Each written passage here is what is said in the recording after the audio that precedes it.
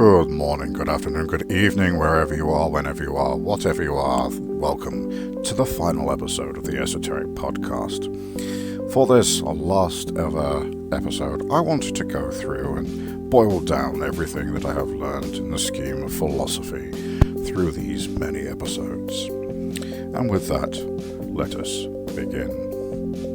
Certainly here in Britain, we've got a bit of a hangover from earlier times. People think of themselves as a self, a conscious being. In our modern market-driven society, the self is no longer the ego. It is our brand identity. Most of what we do is not to serve our ego or our own ideas of self, but actually to serve our status, other people's idea of ourselves.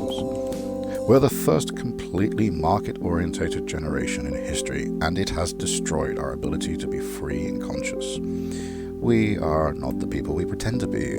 If I invented a time machine, I'd like to think that my first trip back in time would be to go and kill Hitler. In reality, I'd use the first trip to kill Piers Morgan's mother at the moment of his conception, and then the second one to go back and check. I remember, even as a kid, scouring those little brochures you get sent from Woolworths for my parents' Christmas presents.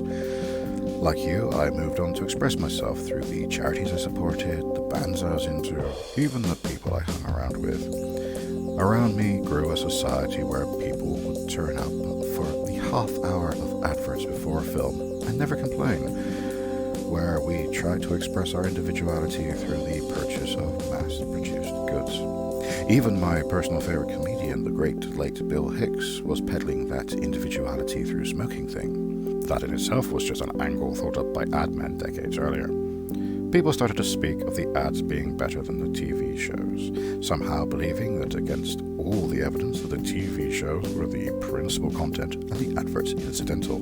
Now we understand that everything is being marketed to us, even art. I read the comic book writer Alan Moore describe art as propaganda for a state of mind. Who do we create propaganda for? Our equals? No, for the easily manipulated, for those we have contempt for. So to be an artist in the wholly marketed society is to have contempt for everyone. You propagandize for your state of mind to others, and it's not even your state of mind. It's an off-the-peg set of opinions you got from the part of the culture you tried to buy into, from a set of people who were propagandizing you. They're not even your ideas. They weren't even theirs. Of course, this doesn't make you happy, so you need to propagandize the chosen state of mind to yourself through self-help literature, a term that can be used very loosely here, to cover a whole bunch of stuff, including most religions and newspapers. What's the drive of your little internal propaganda office? Well, it's to sell the idea of you, to advance your status, by convincing people who you are too guarded to truly know about a bunch of ideas that you don't fully believe. And in any case, in a world of 7 billion people, what is your status, really? In truth, it doesn't matter any more than the charge of an electron. In his best-remembered book, 1984, Orwell imagined a coercive totalitarian state, but Aldous Huxley probably made a better prediction of our current reality. In Brave New World, people are complicit in their own enslavement, and they're totally into it. I think we can go further than that. It's not just that people are controlled by propaganda, nor even that they enjoy being controlled. I think that people are now propaganda.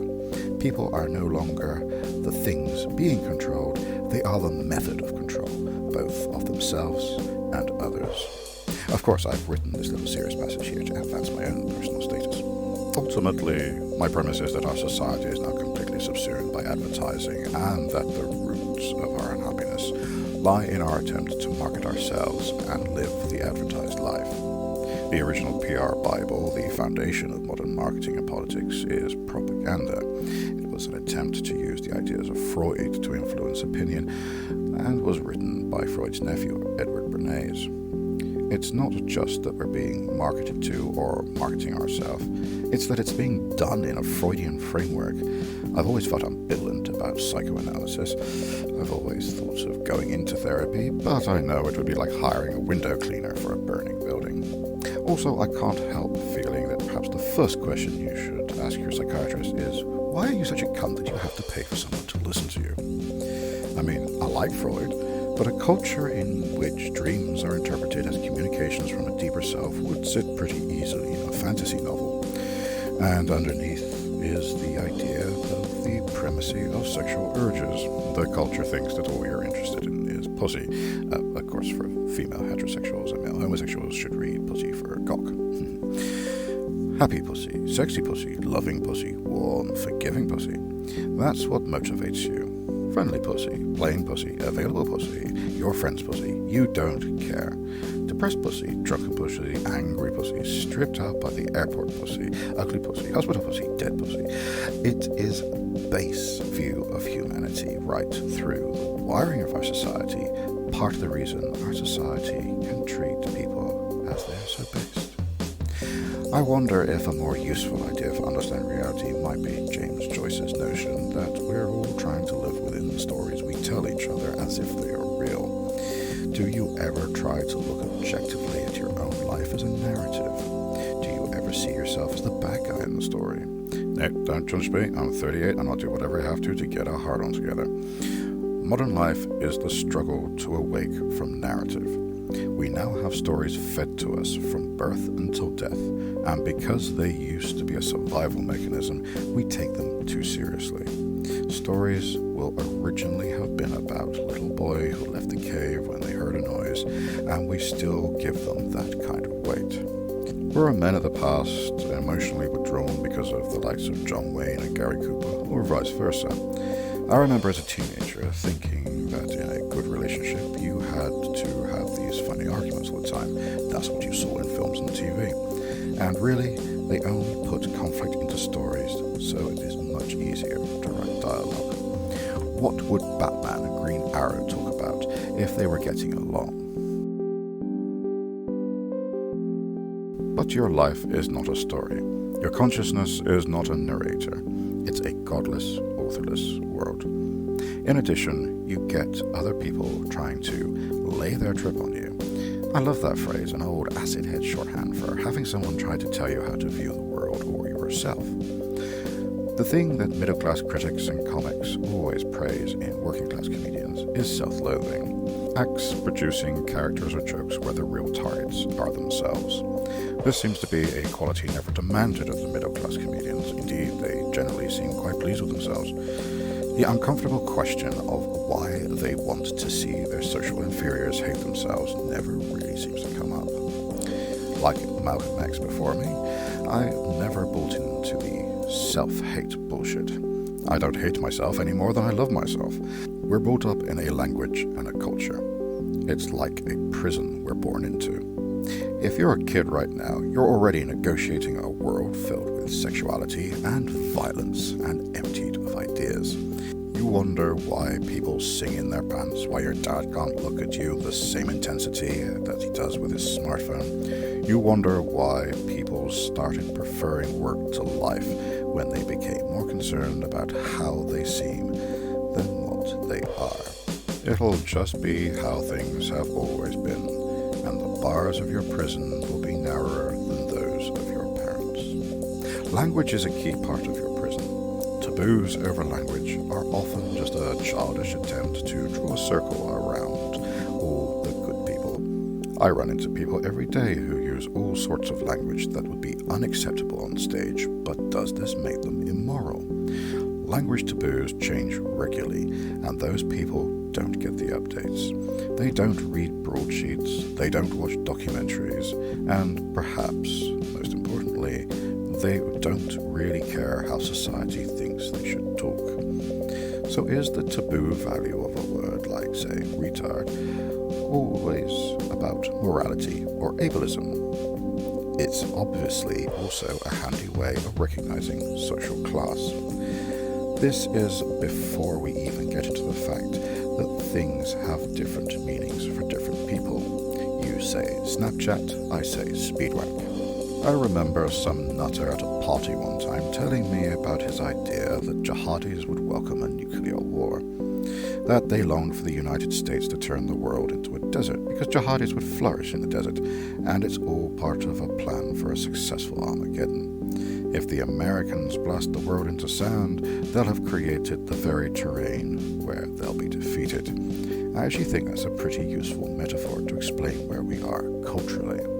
So, we're in a cultural desert. The great TV and cinema and public intellectuals that I grew up with have been blasted into sand. What qualities there are in our culture now are just the mirages we project onto a great pile of nothing. But what's culture anyway? Culture is simply a machine designed to get you to think within certain fixed parameters. Culture isn't your body. Your culture is a series of products designed to advance the status or wealth of a stranger, and anyone who it hasn't caused to completely give up into despair by their late 20s is just shallow. Everything produced in culture nowadays has a minimal impact because of the increasing speed of information. Let's say you can write a TV drama and succeed in producing something interesting in the face of all the practical problems and restrictions. I don't think you can, but let's imagine that you do. Fewer people than ever before will watch it, and when they do, they'll be texting, tweeting, watching a 5-second video of somebody masturbating onto a photo of Jennifer Lawrence.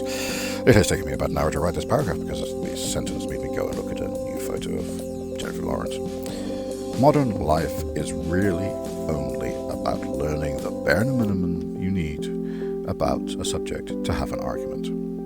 You can write a best-selling book, but half the people who buy it won't read it, and the ones that do won't finish it. A lot of your prospective audience is now on prescription medication. With an increasing demand for never-ending content, we all plagiarize and parody ourselves. So give it up. Stop trying to do something for posterity because posterity doesn't exist anymore. Stop living for tomorrow because there really is no guarantee of that either. Yes, you live in the discarded carapace of a dead civilization, but you can turn it into the beautiful life of an apocalypse survivor. Enough good books and films have already been made that you can watch or read something mind-blowing every day until you die. You can thrive like a jihadi in the desert of our culture. Show me the most intellectual nihilist, and I'll show you someone who's simply ignoring a lot of really good reggae. If you're truly wise, you'll see ahead of you days of war and nights of love. Yes, you're stalked by corporations, but they're just monsters. Monsters are things you learn how to kill. They have weaknesses and they obey the rules of stories. And as you fight, put aside your differences. However much your comrade annoys you, rest assured that these beasts are going to have the same serial number for your worldview in their camps. Make a break from a world of hate crimes without returning to one we let people die through sheer fucking indifference.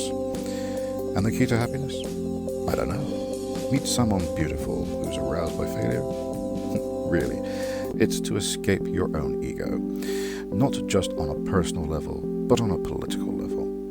We live in a society of elitism and exceptionalism, and it has seeped into all of us. Bombing civilians is an attempt to export democracy. Civilians fighting back are terrorists. What's okay for us is not okay for you. Pussy Riot are the victims of tyranny, but are not the people we jail for throwing a custard pie at Rupert Murdoch or swimming in front of the boat race. They were actually doing something selfless, however foolish, and we can't have that. The self has to be before you at every turn. Every sentence that's spoken weighed up for its impact on your status. Every person you meet reduced from incredible possibility to a very poor mirror. The self is just an excuse to pour endlessly into a leaky bucket. Why not focus on your real mirror? Or your children? I was in the swimming pool the other day, and as I floated listlessly in a corner, I suddenly realized that I wouldn't do this again. The days of having to do mind-numbing amounts of research before distillating it into something easy to digest had long gone, and I hadn't even noticed.